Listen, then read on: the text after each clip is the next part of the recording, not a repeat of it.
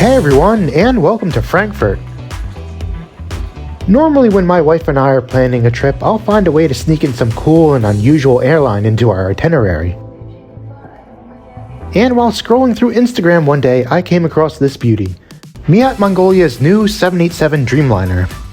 And right at that moment, I knew I needed to figure out a way to book a trip aboard this jet. Fast forward 2 months, and here we are in Germany about to embark on a trip to Asia aboard the newest addition to the fleet of the National Airline of Mongolia. This afternoon's flight will be departing from Frankfurt Airport's Terminal 2. This is Germany's busiest airport by passenger traffic and the 13th busiest airport worldwide. At first we had a little trouble finding the check-in counter for Miat, but we discovered it eventually and got in line. Miat allows you to check one bag and carry on another one for free. Check-in did take a while, but we had plenty of time to spare.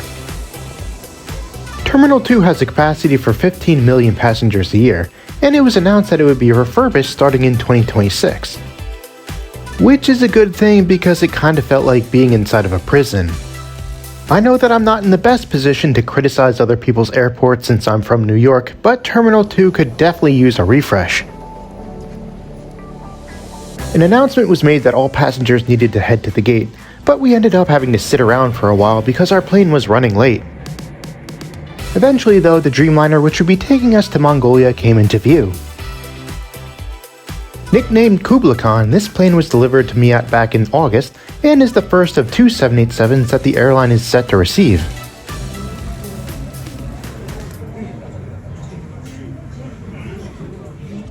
Boarding began about 45 minutes behind schedule and was pretty chaotic.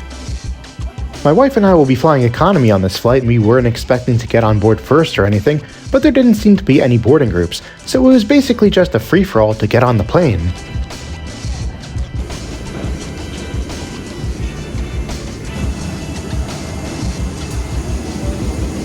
This 787 has lie-flat seats in business class, but I wanted to try out economy because there really wasn't that much information about it online while we were booking this trip.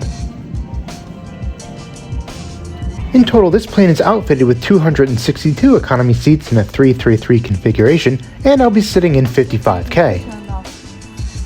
This plane is 4.5 years old and came to Miat after spending some time in China. Despite the fact that it's used, the cabin still looks brand new.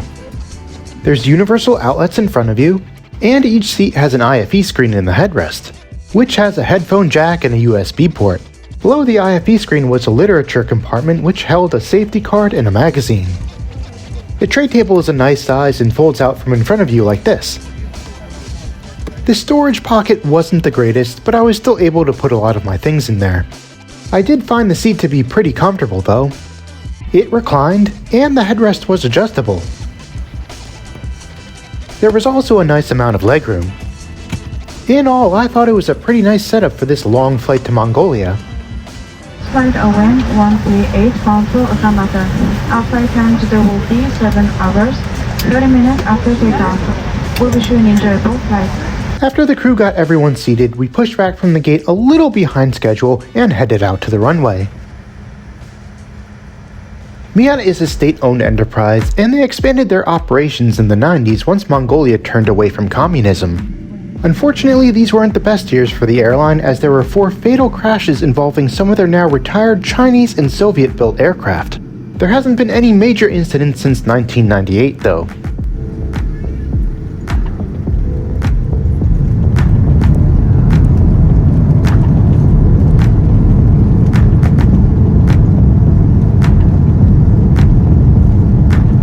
Today's roughly 7.5 hour flight will take us up across Germany, over Poland, and then across some of the Baltic states before we spend the majority of our time crossing over Russia before landing in Mongolia's capital, Ulaanbaatar. Shortly after reaching cruising altitude, the crew got to work handing out bottles of water. And then a little bit later they gave everyone a blanket and an amenity kit. Inside was a face mask, some earplugs, and a pair of socks. I really wasn't expecting to get an amenity kit, so it was a nice bonus. While I was waiting for dinner to be served, I decided to take a look at the IFE system. The resolution was great and it was very responsive, but the content was limited to some old Mongolian TV shows and movies. And I mean some seriously old movies. However, this plane does have Wi-Fi, which directs you to a site where you can stream more modern options to your personal device. There wasn't a huge selection, but it was better than the alternative. The in-flight magazine had some interesting articles about Miat and how they're modernizing their fleet and expanding operations. Currently they have 3 737-800s and 1 737 MAX 8, with 3 more on order. They also operate 1 767-300ER, which their new Dreamliners are set to replace. At the moment, Miat is flying their Dreamliner to Seoul, Istanbul, and Frankfurt, but they're hoping to start flights to the US sometime this year once they receive their second 787. The meals were handed out after we'd been up in the air for about an hour. My wife pre-ordered a vegetarian meal in the hopes that it would be vegan, and thankfully it was. For the regular meals, we had a choice between chicken or beef, and I went with the beef. This was served with a salad, a bread roll, and a piece of cake. We were also given a moist towelette and some wooden cutlery, and I ordered some orange juice to drink. I enjoyed the food overall. I thought the beef entree was tasty, and most importantly, it filled me up.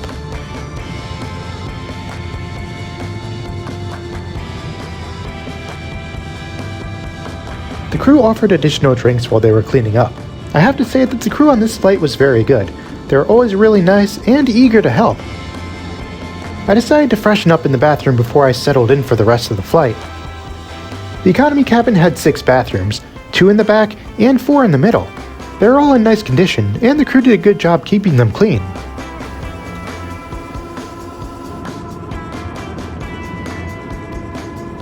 By the time I sat down again, they were starting to dim the lights, so I reclined my seat and fired up my tablet. Although Miat has some nice options to stream, I would definitely recommend downloading some movies beforehand if you plan on taking this flight. Eventually, the cabin lights were turned off and I continued to binge watch Netflix as we cruised over Russia.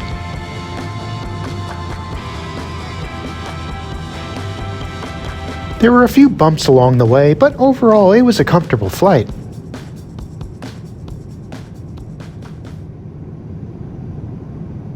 About an hour and 40 minutes before landing, the cabin lights were turned back on and the crew handed out breakfast.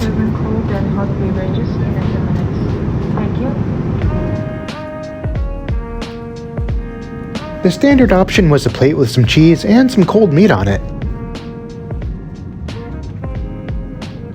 It also came with some yogurt and bread.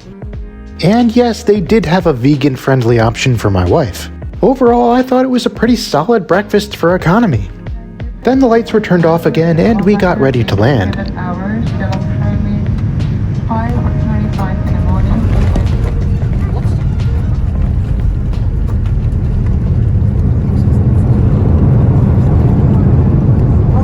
Ulaanbaatar. You have just landed at Genghis Khan International Airport. The local time is now 5:52 in the morning. The air temperature is minus 13 degrees Celsius. Coming into this flight, I really didn't know what to expect, but I think that most people wouldn't expect much from a Mongolian airline. But Miat's nice new Dreamliner, friendly staff, and good food definitely left us with a positive impression. Ladies and gentlemen, on behalf of the national flag carrier Miat Mongolian Airlines and Captain Takeoff, we would like to thank you for joining us on this trip, and we are looking forward to seeing you on your next flight.